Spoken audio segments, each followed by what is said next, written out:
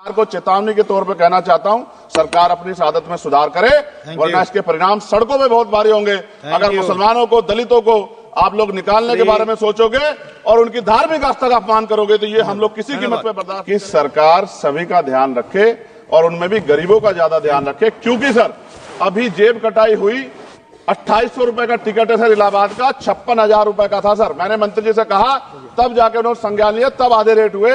इसलिए कह रहा हूं, धर्म के नाम पे धंधा और लूट नहीं होनी चाहिए सर। जातिगत जनगणना से शुरुआत करूंगा, जिसकी देश को जरूरत है, क्योंकि जनगणना होगी तो आंकड़े आएंगे तो जो बजट दिया जा रहा है वो सही तरह से लोगों तक पहुंच पाएगा, उस बजट का लोगों को फायदा होगा। दूसरी बात, अयोध्या में 3 दिन तक पुलिस ने कार्रवाई नहीं की, इसका खामियाजा एक बेटी को अन्याय के रूप में उठाना पड़ा और मुख्यमंत्री जी यहां खड़े होकर राजनीतिक स्पीच में उस बेटी के अपमान का तमाशा बना रहे थे। ये बहुत दुखदाई है। साथ साथ कुंभ में जिनकी जान गई उनको मैं श्रद्धांजलि देता हूं और मुख्यमंत्री जी को आपके माध्यम से कहता हूं कि वो सूची दे दे तो मुआवजा सब लोगों तक पहुंच जाए। बहुत अच्छी बात है। एक आईना सर मुझे दिखाना है देश भर की सरकारों को। यही बागपत के एक बच्चे ने न्याय नहीं मिला सर, आत्महत्या कर ली पार्लियामेंट के सामने, जितेंद्र ने। परभनी में बाबा साहब अम्बेडकर की स्टैचू तोड़ी गई सर, वहां सोमनाथ सूर्यवंशी को पुलिस ने मार दिया सर। यहां पंजाब में सर, अमृतसर में बाबा साहब अम्बेडकर की प्रतिमा पे किस तरह का अपमान किया गया। गोरखपुर में 2 दलित बच्चों की हत्या हुई सर। सूरत में एक दलित बच्ची को फीस ना चुका कारण अपमानित किया गया, उसने सुसाइड कर लिया सर। झुंझुनू में राजस्थान में एक बच्चे की पिटाई की गई मटकी छूने पे सर दोबारा। कठुआ जम्मू में सर एक नाबालिग बच्ची का सामूहिक बलात्कार किया गया सर। साथ साथ सहारनपुर में भूमाफियाओं ने शमशान की भूमि को देवबंद में सर जबरन कब्जा करने की कोशिश की, गोलीबारी की सर। आजमगढ़ में सूरज की हत्या सर हो गई है और पुलिस बचाने काम करे अपराधियों को। सर SC ST को पहले जमीन मिलती थी पट्टों के रूप में, कहीं सरकार ने दी। उन जमीनों को पहले तो दबंगों ने कब्जा के रखा और अब उन जमीनों को सरकार भी छीन रही है सर। शहर में रहने वालों को SC ST को आवासीय पट्टे दिए जाने चाहिए। आजादी के 75 साल भी घर नहीं है, बाद भी SC ST के बच्चों को जो स्कॉलरशिप दी जाती थी, केंद्र और राज्य का आपसी विवाद है कि 60% आप दोगे, 40 हम देंगे।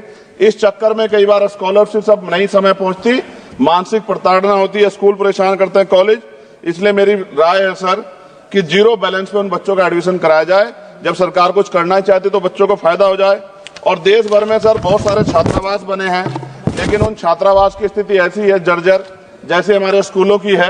इन छात्रावास का जीर्णोद्धार कराया जाए, उनकी रख रखाव का ख्याल रखा जाए, क्योंकि अब देश का भविष्य तैयार हो रहा है। और ऐसी हालात सर स्कूलों की है, स्कूलों के हालात आप देश भर में, मैं उत्तर प्रदेश से आता हूं, जाके देखोगे नगीना क्षेत्र में सर अगर स्कूल गिर जाएगा किस दिन बहुत बड़ा हादसा हो जाएगा, कोई पूछने वाला नहीं है सर।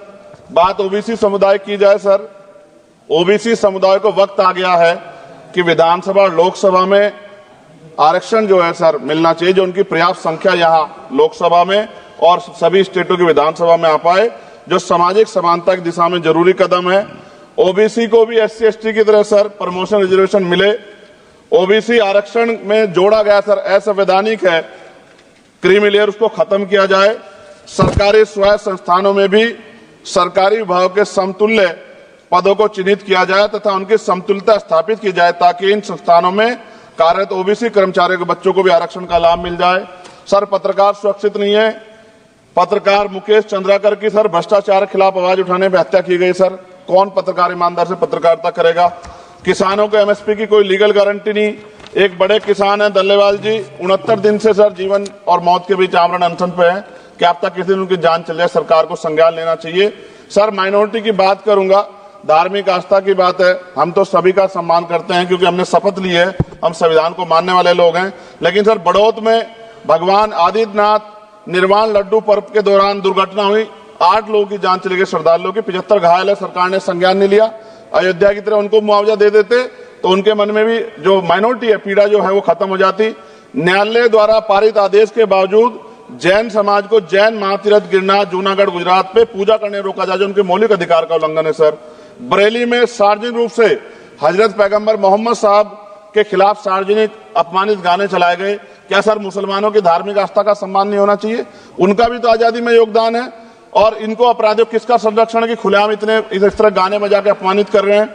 संभल की हिंसा में सर 74 लोगों की गिरफ्तारी हुई है और वहां के मुस्लिम डर के साए में है। सरकार बेगुनाहों की गिरफ्तारी बंद करे। महाराष्ट्र में सर चंद्रपुर जिला पड़ता है, मैं अभी गया था, तालुका चिमूर में ताडोबा फॉरेस्ट में संग्रामगिरी पहाड़ पर बौद्ध स्थल है सर, बहुत पुराना। वहां बौद्ध भिक्षु को सरकार बिजली नहीं देती, रास्ता नहीं देती और इतनी बुरी हालात में उनकी धार्मिक आस्था क्या है सर? तथागत बुद्ध के ज्ञान अस्थली होने के कारण बोध गया में बौद्ध धर्म के अनुयायियों के लिए जो बहुत महत्वपूर्ण स्थल है सर, इस स्थल पर अवैध कब्जा हटवाकर बौद्ध धर्म के अनुयायियों को सौंपा जाए। उनमें बड़ी चिंता, देश विदेश से लोग आते हैं, तो यहाँ हमारे देश की छवि भी खराब हो रही है। और अभी 12 फरवरी को सदगुरु रविदास जी महाराज की जयंती है और 14 अप्रैल को बाबा साहब अम्बेडकर की, 11 अप्रैल को राष्ट्रपिता ज्योतिबा फुले। इनको मानने वाले लोग नए कार्यक्रम करना चाहते हैं। अभी जिस विचार की सरकार है सर, वो तो कोई कार्यक्रम कर लें, लेकिन अगर ये कार्यक्रम करना चाहते हैं तो इनको कोई छूट नहीं है और नई परमिशन नहीं मिल रही। खत्म करूंगा सर, अंत में थोड़ा सा और रह गया सर, इसको खत्म करूंगा। लेकिन सर मैं जानना चाहता हूं, क्या सरकारी पैसे पे एक ही धर्म का अधिकार है? दूसरे धर्म के धार्मिक आयोजनों पे अभी कुंभ में 7,500 करोड़ रुपए खर्च किया आपने। आप रविदास जयंती पे कितना खर्च करेंगे? आप 14 अप्रैल को डॉक्टर बाबा साहब अम्बेडकर जिनकी जय जयकार होती है, उन पे कितना खर्च करेंगे?